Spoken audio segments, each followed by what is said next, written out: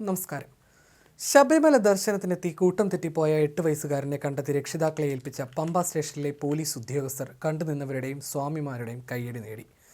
കുടുംബാംഗങ്ങളോടൊപ്പം തമിഴ്നാട്ടിൽ നിന്നെത്തിയ 8 വയസ്സുകാരൻ ഗോവിന്ദനെയാണ് പോലീസുകാർ കണ്ടെത്തി രക്ഷിതാക്കളെ ഏൽപ്പിച്ചത്.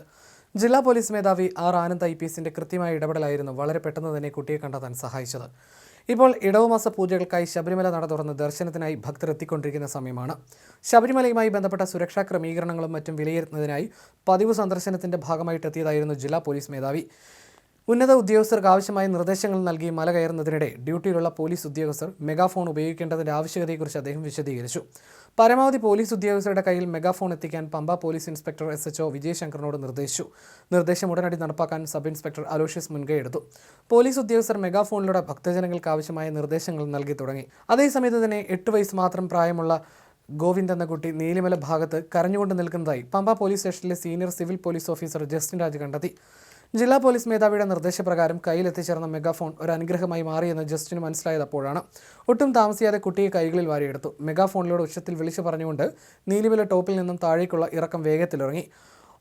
ഒരേ ബാച്ചുകാരനും ജില്ലാ പോലീസ് മേധാവിയുടെ ഓഫീസ് സ്റ്റാഫുമായ senior civil police officer Amal സഹായത്തിനായി ഒപ്പം കൂടി. ഇരുവരും ചേർന്ന് മെഗാഫോൺ വഴിയുള്ള അനൗൺസ്മെന്റിന്റെ സഹായത്തോടെ ഏതാനും നിമിഷങ്ങൾക്കുള്ളിൽ തന്നെ കുട്ടിയുടെ പിതാവ് അജിത്തിനെ കണ്ടെത്തുകയായിരുന്നു. കുട്ടിയെ കാണാത്ത വിഷമത്തിൽ വളരെ വേഗം പമ്പ പോലീസ് സ്റ്റേഷനിലേക്ക് പോവുകയായിരുന്നു അവർ. വളരെ പെട്ടെന്ന് തന്നെ കുട്ടിയെ കണ്ടെത്തി രക്ഷിതാക്കൾക്ക് കൈമാറിയ കേരള പോലീസിന് സ്വാമിമാരുടെ വക കരഘോഷവും ജൈവിളിയും ലഭിച്ചു. വെള്ളിയാഴ്ച വൈകിട്ടോടെ നീലിമല ഇറക്കത്ത് കൂട്ടം തെറ്റിയ തമിഴ്നാട് സ്വദേശിനി സുശീലയും പോലീസ് ഉദ്യോഗസ്ഥനായ ജസ്റ്റിന്റെ ഇടപെടലിൽ ബന്ധുക്കളെ ഏൽപ്പിച്ചിരുന്നു. നിർദ്ദേശങ്ങൾ കൃത്യമായി പാലിക്കുകയും കുട്ടിയുടെ രക്ഷിതാക്കളെ വളരെ പെട്ടെന്ന് കണ്ടെത്തുകയും ചെയ്ത പോലീസ് ഉദ്യോഗസ്ഥരെ ജില്ലാ പോലീസ് മേധാവിയും അഭിനന്ദിച്ചു.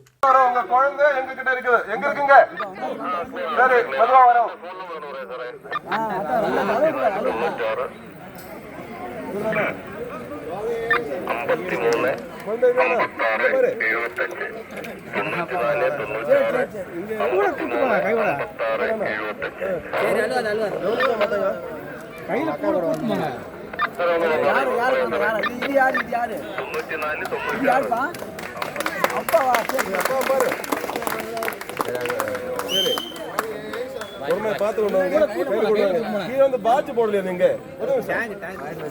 எங்க போயிடுச்சா? சரி,